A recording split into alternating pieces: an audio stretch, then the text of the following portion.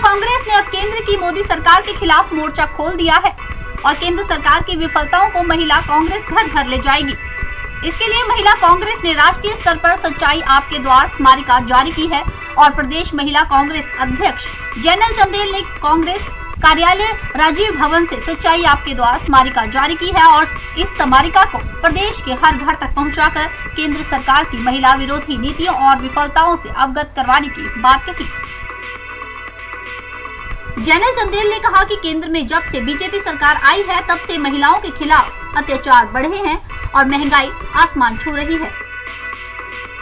किसान परेशान हैं। इस सरकार की विफलताओं को जन जन तक पहुंचाने के लिए राष्ट्रीय महिला कांग्रेस ने एक स्मारिका जारी की है जिसमें केंद्र सरकार की विफलताओं को दर्शाया गया है। प्रदेश में हर घर तक इसे पहुंचाया जाएगा, साथ ही प्रदेश में हो रही उपचुनावों में भी लोगों तक पहुंचाया जाएगा और केंद्र सरकार की जन विरोधी नीतियों से अवगत करवाया जाएगा।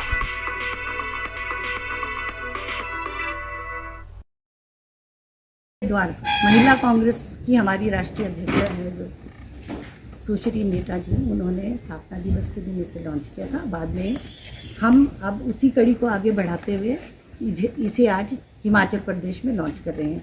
इस पुस्तिका में सच्चाई आपके द्वार, जो भाजपा सरकार की जन विरोधी नीतियां थी, जो उन्होंने लोगों के विरोध में जितने भी काम किए हैं, क्योंकि ये जो सरकार है जब से सत्ता में आई है इन्होंने लोगों को परेशान करने का ही काम किया है।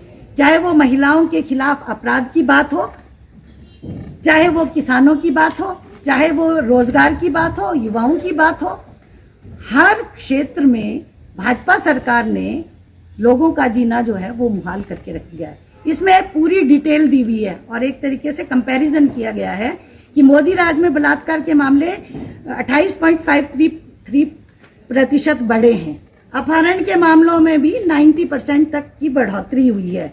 हर 16 मिनट में महिलाओं के साथ बलात्कार हो रहा है और SC/ST जो महिलाएं हैं उनके खिलाफ जो है वो अपराध बढ़े हैं। हर 2 दिन में एक महिला जो है वो एसिड का शिकार हो रही है। तो जहां महिला सुरक्षा की बात है, ये जो सरकार है ये बुरी तरह से विफल हुई है। और आपने देखा होगा कि जो किसान हैं, किसान जो हैं वो इतने समय से सड़कों पे उतरकर अपनी बात को रख रहे हैं, लेकिन ये ना किसानों की सुनती है। जो रोजगार मांगते हैं उनको लाठियों से पीटते हैं और जितनी भी हमारी सरकारी संपत्ति थी सबको इन्होंने बेचने का काम किया है, क्योंकि इन्होंने कुछ तो अपनी तरफ से किया नहीं है। ये क्या कर रहे हैं कि सारी संपत्ति को बेच के लोगों को सड़कों पे लाके इन्होंने खड़ा कर दिया है। तो इसलिए अब इस जो आने वाले चुनाव में हमारी जितनी भी महिला कांग्रेस है वो इन पैम्फलेट्स को और इन बातों को लेकर लोगों के बीच में जाएगी कि इन्होंने क्या क्या जन विरोधी कार्य किए हैं। एन स्टार न्यूज के लिए शिमला से कपिल ठाकुर की रिपोर्ट।